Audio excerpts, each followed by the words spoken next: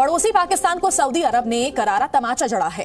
तमाचा भी ऐसा कि उसकी गूंज इस्लामाबाद तक सुनाई दी। सऊदी अरब और पाकिस्तान के बड़े इंपॉर्टेंट ताल्लुकात हैं, लेकिन वज़ीर-ए-आज़म नरेंद्र मोदी ने जो मिडल ईस्ट के साथ जो ताल्लुकात को हमवार किया पिछले 8-10 सालों में, पर्टिकुलरली 5 सालों में, उसमें ज़ाहिर बात है पाकिस्तान की वो जो स्पेस थी वो कम हो गई।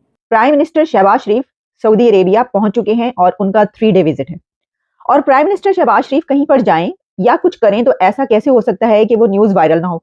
शहबाज शरीफ ने सऊदी क्राउन प्रिंस मोहम्मद बिन सलमान के सामने कश्मीर का रोना रो दिया। लेकिन अब चूंकि हालात बहुत बदल गए हैं और बहुत उन्होंने मदद कर ली, तो अब थोड़ा सा वो भी उकताए हुए हैं। आज की मेरी ये बात आप लोगों को काफी जरा अजीब लगेगी कि यार ये भी हो सकता है दुनिया के अंदर, लेकिन ये बिल्कुल हकीकत है। मैंने कहा क्या हम इररेलेवेंट हो गए मिडल ईस्ट में? उन्होंने कहा इररेलेवेंट तो फिर भी ठीक है, ऑब्सोलीट हो चुके हैं। मगर सऊदी अरब ने पाकिस्तान को नसीहत देते हुए अपना रुख साफ कर दिया। प्रिंस ने ऐसा क्या कहा जिससे शहबाज शरीफ को बेइज्जत होना पड़ा? पैसों के हवाले से बात होनी है कि हाथ बड़ा तांगे। और अभी रिसेंटली एक क्लिप बड़ा वायरल है शहबाज शरीफ का, कि जिसमें वो किसी तकरीब में खिताब कर रहे हैं और उसमें कहते हैं कि अगर हम कशकोल लेके नहीं भी जाते, लेकिन वो समझते हैं कि फिर आ गए मांगने के लिए, तो उसकी वजह शहबाज शरीफ साहब को बड़ा क्लियरली पता है कि वो लोग क्यों कहते हैं कि फिर मांगने की। आगे वैसे तो मुझे ऐसा लगता है कि जो शहबाज शरीफ साहब हैं वो सबसे ज्यादा जिसे कहते हैं इजी गोइंग और जो कॉम्प्रोमाइजिंग यानी हर चीज पर जो है वो बड़े ही एक आराम से हर बात कह डालते हैं और अक्सर औकात वो खुद भी अपना मजाक बनाते हैं।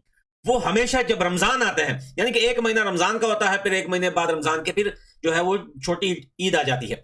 लेकिन रमजान के अंदर क्या होता है दोस्तों, रमजान के एंड में यानी कि 27-28 को रमजान के देखिए 1 महीना होता है रमजान, तो 27, 28 या 26 से लोग जो है वो ज़कात देना स्टार्ट कर देते हैं। शहबाज शरीफ ने सऊदी क्राउन प्रिंस से कश्मीर को लेकर भारत पाकिस्तान के बीच मध्यस्थता की भीख मांगी, मगर उनका कटोरा खाली रह गया। ये नमस्कार दोस्तों, जय हिंद। आपका स्वागत करते हैं अपने यूट्यूब चैनल में। दोस्तों, सऊदी अरब ने पाकिस्तान को जोरदार तमाचा मारा। जी हाँ दोस्तों, जो आपने ऊपर देखा। दोस्तों, सऊदी अरब ने पाकिस्तान के प्रधानमंत्री नवाज शरीफ को बहुत बुरा भला बोला है, क्योंकि उन्होंने चप्पल पर ही प्रोटोकॉल तोड़कर सऊदी प्रिंस की स्वागत किया, जिसको लेकर वहाँ के पाकिस्तान के लोग और वहाँ सऊदी अरब ने उनको ज़्यादा कुछ बोला। और पाकिस्तान की ऐसी हालत एक समय बोले थे कि हम अपनी कपड़ा बेचकर इसका कर्ज उतार देंगे, लेकिन क्या हुआ? कुछ नहीं हुआ और उनको उससे भी बुरी हालत इसमें पाकिस्तान की हो गई है, जिसको सऊदी अरब से वो कर्ज मांग रहे थे, तो सऊदी अरब ने भी उनको कर्ज देने से मना कर दिया और बोला कि जाओ, हम नहीं देते हैं तुमको। तो आइए देखते हैं पाकिस्तानी मीडिया में और क्या बातें हो रही हैं। वो प्राइम मिनिस्टर है, मैंने पहला प्राइम मिनिस्टर देखा शहबाज शरीफ कि खुद भी अपना मजाक उड़ाता है, जैसे वो अक्सर कहा करते हैं ना, यानी कि उन्होंने 1-2 मरतबा क्या कई मरतबा ऐसी बातें की, लेकिन जब वो तकरीर करते हैं तो माइक हिला हिला के उसको गिरा देते हैं। लेकिन साथ ही उन्होंने एक दफा ये कहा कि मैं अपने कपड़े बेचकर पाकिस्तान का कर्जा अदा करूंगा। आप इससे अंदाजा कर सकते हैं ना, फनी सी बात। वो इसलिए कि फिर या तो ये है कि आपके कपड़े बहुत महंगे हैं, इतने आप एक्सपेंसिव क्लोथिंग लेते हैं कि उससे पाकिस्तान का कर्जा अदा हो सकता है, या फिर ये बात है कि देखिए आपके कपड़े बेचकर पाकिस्तान का कर्ज अदा हो सकता है, तो इसका मतलब है कर्जा नहीं उतना, नहीं लथना, कर्जा नहीं उतरना। लेकिन हुआ कुछ यूं कि जब सऊदी अरेबिया वो पहुंचे तो एक बार फिर उनकी वायरल हो गई, तस्वीरें वायरल हो गई। सर, वो उन्होंने फिर एक काम और कर दिया जिसपे हर तरफ जो है वो उनकी ये पिक्चर्स चल रही हैं। अब आप ये पिक्चर देख रहे हैं। हुआ कुछ यूं कि जो फखर दुरानी है, एक सहाफ़ी हैं, उन्होंने एक ये वाली पिक्चर ट्वीट की और उस पे उन्होंने लिखा कि वज़ीर आज़म पाकिस्तान सऊदी फरमारवा से सिफारती प्रोटोकॉल को बालाए ताक रखते हुए चप्पल पहनकर मुलाकात कर रहे हैं। इससे क्या ज़ाहिर होता है? क्वेश्चन ये है कि ऐसी एक्सपेक्टेशंस होनी चाहिए, ऐसे प्लान्स लेके जाने चाहिए जो वाकई मटीरियलाइज हो सकें। अब जो पिछले वज़ीर आज़म थे वो गए, उन्होंने कहा जी $25 अरब सऊदी अरब से आएगा, 25 यूएई से आएगा और हमारी इकॉनमी ठीक हो जाएगी। ठीक है जी, ये वो सहाफ़ियों को बताते थे। अभी वज़ीर आज़म साहब गए हैं वहाँ पे, उधर जाके सारी बात है बादशाहत हुई है, उन्होंने कहा भाईजान 25 से कोई नहीं है, हाँ 5 का तो दसने हैं, वो भी 5 का अब किस तरह का है वो सारी बात है, बाद में बात होनी है। ठीक है जी। और एक ही बात है जी कि पाकिस्तान और सऊदी अरब अपनी कमिटमेंट दिखा रहे हैं पैकेज के हवाले से। $5 अरब का पैकेज है, फॉरेन ऑफिस ने भी इस पर बात की है। और ये क्या इन्वेस्टमेंट पैकेज है, ये कोई ज़कात खैरात या कोई वो वैसे फ्री में नहीं दे रहे, इन्वेस्टमेंट देंगे, ये भी उनकी बड़ी मेहरबानी है। क्योंकि हमारा अगर लास्ट 5-7 ईयर्स का रिकॉर्ड देखा जाए, वैसे तो 77 ईयर हमने तकरीबन यही किया है, लेकिन जो लास्ट 5-6 साल है उसमें हमने ये हद ही तोड़ दी सारी। क्या हो रहा है, आईएमएफ के साथ क्या चल रहा है, सऊदी अरेबिया उकताया हुआ हमसे क्यों है? इसके साथ-साथ हम एक तरफ तो मांग रहे हैं, लेकिन दूसरी तरफ जो शाखर्चियाँ कर रहे हैं, वो क्या है? वो बहुत बड़ा बंदा है, उनके पास बड़े पैसे हैं, तो वो अपने पैसों में से कुछ माल जो है गरीबों में बांट देता है कि चलो यार ये साल में एक बार जो है रमजान में गरीबों में ये ज़कात, खैरात, बरसात, कुछ भी समझ लो आप लोग, वो दे देते हैं। तो पाकिस्तानी सेना हर साल जो है दोस्तों वो सऊदी, कतर, दुबई और इन शेखों अमीरों के कदमों में जाके गिर के गिड़गिड़ा के वहां की जो ज़कातें होती है, देखिए दोस्तों आप समझ रहे होंगे कि यार पाकिस्तान की सेना या आर्मी कैसे ऐसे जा सकती है शेखों के ज़कात के लिए, कितना पैसा होगा। देखिए यार पाकिस्तान या आम लोगों के ज़कात जो है, जैसे हिंदुस्तान के मुसलमान हुए, अफगानिस्तान के मुस्लिम्स हुए, या फिर खुद पाकिस्तान के मुस्लिम्स हुए, सबके इतने ज़कात नहीं होते। अगर कोई बहुत ज्यादा अमीर बंदा है तो उसका ज़कात ज्यादा होता है। नॉर्मल बंदे का देखिए, जिसके पास अगर 10 लाख, 20 लाख, 30 लाख रुपए कैश पड़े हुए हैं या फिर गोल्ड वगैरह पड़ा हुआ है, तो उसके पास थोड़ा बहुत ज़कात निकल ही जाता है। पाकिस्तान को तो इस वक्त दुनिया से कोई पाकिस्तान के अंदर $1 मिलियन भी इन्वेस्टमेंट नहीं करना चाहता, और हम बात कर रहे हैं $5 अरब की।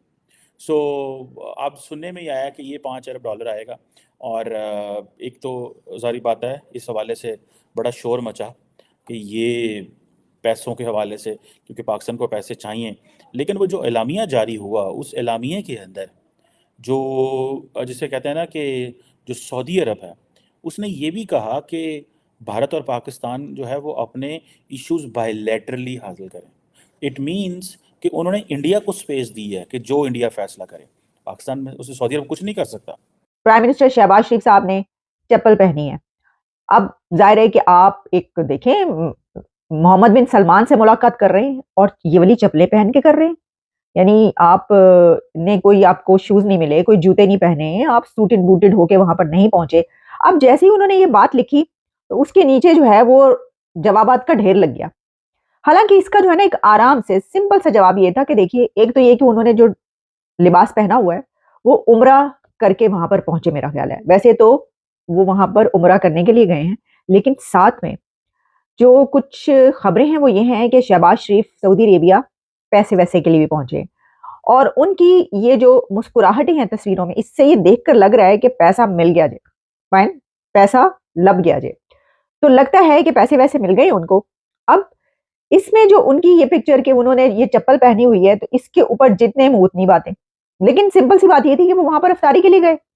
मोहम्मद बिन सलमान ने उनको इफ्तार डिनर के लिए बुलाया था, इफ्तारी के लिए बुलाया, क्या है जी आके रोजा खोलें, साढ़े नाल रोटी शोटी खा लो। वो रोटी शोटी खाने गए थे। लेकिन मेन मकसद शायद उम्रे से भी ज्यादा जो उनका था या है, वो है सऊदी अरेबिया से पैसे मांगने का। यानी ये सिलसिला अभी तक अनफॉर्चुनेटली न बंद हो रहा है और न कम हो रहा है। इसीलिए मैंने बोला कि वो लोग भी उकता गए हमसे। जब भी हमारा अगर कोई भी जाता है, मतलब प्राइम मिनिस्टर सबसे बड़ी एक एंटिटी होती है किसी भी कंट्री को रिप्रेजेंट करने के लिए, लेकिन जब भी वो जाते हैं, इंटीरियर मिनिस्टर जाते हैं, फॉरेन मिनिस्टर जाते हैं, फाइनेंस मिनिस्टर जाते हैं, तो उनको बिल्कुल क्लियर होता है कि यार अगर एजेंडे में कुछ भी है, लेकिन उनको पता है कि ये बात इन्होंने हमें बतानी है कि सर कुछ मदद फरमा दीजिए। और आई एम सॉरी टू से, लेकिन आजकल ना ईद के करीब फितराना वगैरह, ज़कात तो खैर रमज़ान से पहले या रमज़ान के शुरू में दिया जाता है। जिनके ऊपर मतलब जिनके पास इतना पैसा या दौलत है कि वो एक उसका एक फिगर है, तब जाके आपके ऊपर होता है। ये नहीं कि हर कोई ज़कात दे सकता है। सऊदीज़ को इस पोजीशन का बड़े अच्छे से पता है कि इंडिया की क्या पोजीशन है। मैं आपको पता है बार-बार एक चीज़ कह रहा हूँ, और काफ़ी अरसे से कह रहा हूँ।